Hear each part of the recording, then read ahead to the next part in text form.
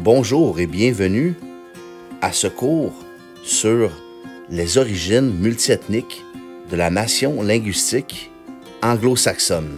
Nous allons étudier toutes les origines qui composent les éléments fondateurs qui ont mené à la nation anglaise que nous connaissons aujourd'hui, qui peut être traduite aussi par le mot anglo-saxon, qui, de prime abord, était formé de deux peuples distincts germaniques, soit les Angles et les Saxons, qui avaient émergé sur le continent de l'Europe, près des pays actuels du Danemark ou la Hollande, bref, dans la mer linguistique germanique, du proto-germanique. Ces peuplades ont traversé la Manche, ont traversé la mer à la fin de l'Empire romain de la province de Bretagne romaine. La perspective que j'aimerais vous amener aujourd'hui est dans une mentalité de comment la langue anglaise a-t-elle fait pour naître? Dans quelles conditions est-ce que c'était le plus favorable pour qu'une langue émerge à travers d'autres langues parlées qui étaient parlées par plusieurs peuples du territoire de la Grande-Bretagne? OK? Cette terre a été le foyer d'accueil le plus multi-ethnique de tout le territoire de l'Europe. OK? Parce qu'il y avait l'émergence de trois familles dominatrices d'origine indo-européenne, soit des langues celtiques, des peuples nationaux celtiques, OK? Des peuples germaniques, les Angles et les Saxons, OK? Et, bien sûr, les remparts de la province romaine de Britannia, qui a forgé l'âme de l'Angleterre, surtout du sud-est de l'Angleterre, OK? Car c'était là que l'Empire romain était le plus populaire dans les îles britanniques.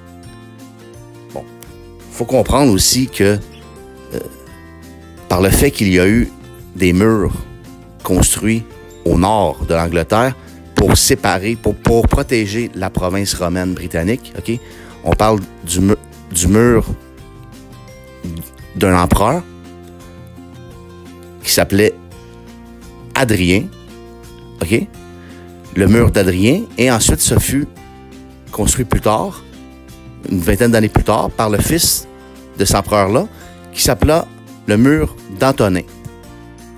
Avant que l'Empire romain s'impose au premier siècle de notre ère au sein de l'île britannique, il y avait des langues celtiques qui étaient parlées par les peuples qui vivaient en Angleterre et dans toute l'Union, le Royaume-Uni. OK? Il y avait trois catégories de langues celtiques, principalement. Les langues gaéliques, qui prenaient leurs racines sur l'île d'Irlande. OK?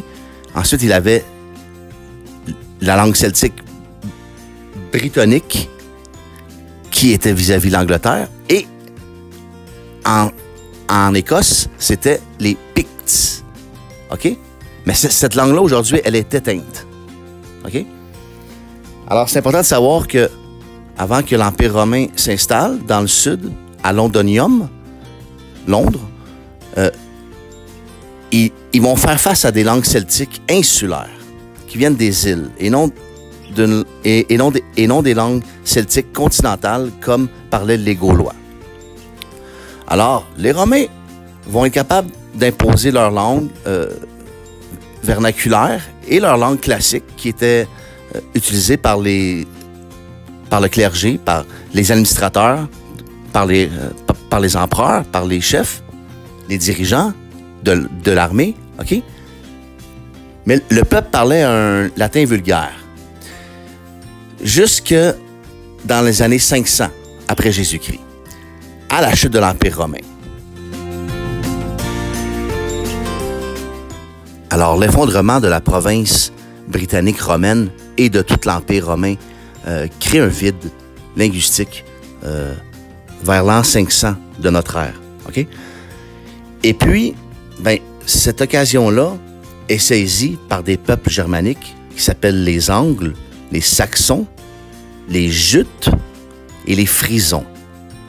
Ce sont 4 peuples germaniques, okay, qui font grandir leur nation sur le continent, au nord de la France, entre le Danemark et le nord de la France d'aujourd'hui, vis-à-vis la Hollande, la Belgique, le Luxembourg. Dans ces coins-là, émergent 4 peuples qui vont traverser la Manche et la mer pour venir s'installer en Angleterre. Évidemment, ils vont commencer par arriver sur la côte est et dans le sud-est de l'Angleterre. Mais ils vont se frapper à une culture qui a encore une émergence romaine dans les populations. OK? Donc, les langues vont culturellement baigner ensemble. Elles vont s'imprégner les couleurs et les arômes et les caractéristiques linguistiques de chacune des langues entre elles, au pluriel. OK? Aujourd'hui, c'est facile de parler de la nation linguistique anglo-saxonne qui juxtapose les mots anglo et saxonne, mais au moment que s'est créée cette association-là, nationale, il a fallu qu'il y ait des facteurs environnementaux, des facteurs intrinsèques aussi, OK, que détenaient ces peuples germaniques, mais il a fallu que des facteurs arrivent, surviennent, qui soient favorables à l'émergence d'une nouvelle nation, OK, qui allait devenir la langue nationale la plus importante du monde entier, OK? Et puis, quels sont ces facteurs-là qui ont favorisé le mix de ces deux groupes-là, justement? Bien, ils sont dans la souplesse que ces peuples germaniques avaient dans leur ouverture d'esprit de pouvoir échanger avec d'autres peuples celtiques, d'autres peuples germaniques, d'autres peuples latins, aux influences du balbutiement de la langue française qui s'appelait la langue d'Ouï, d'Oï, O-I-L, OK? Et bien sûr, la langue anglo-normande, qui était aussi une langue d'Oï, qui était une langue romane, gallo-romane.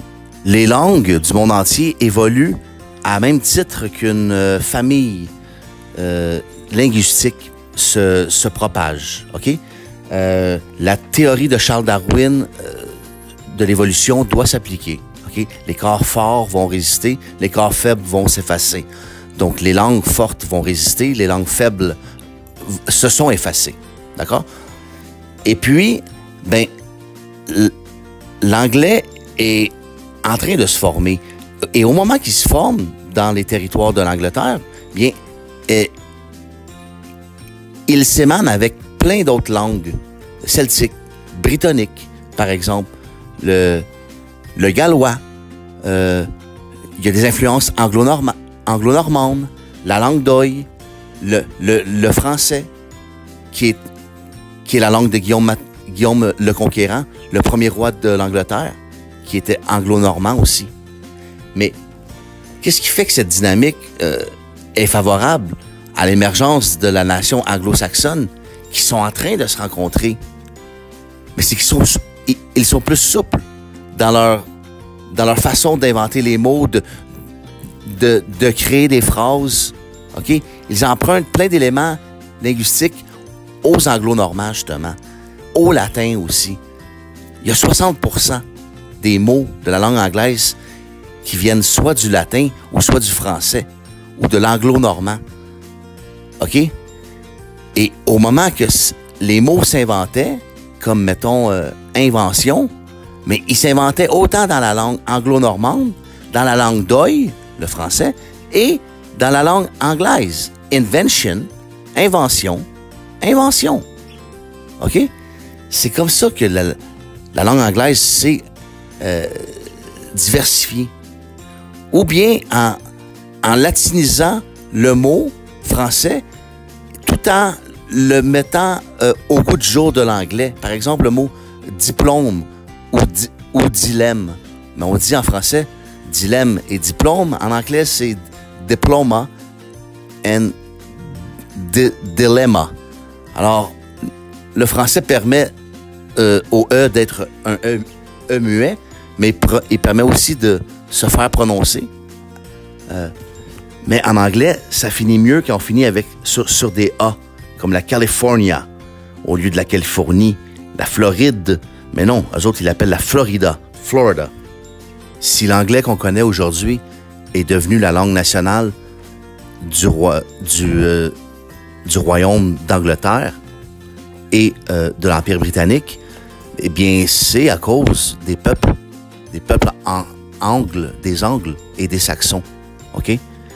Qui eux, ont continué de faire naître l'anglais, alors que le clergé adoptait le latin classique, OK, pour communiquer, parce que c'était la langue que le clergé utilisait sur le continent et qui était reliée à Rome, OK?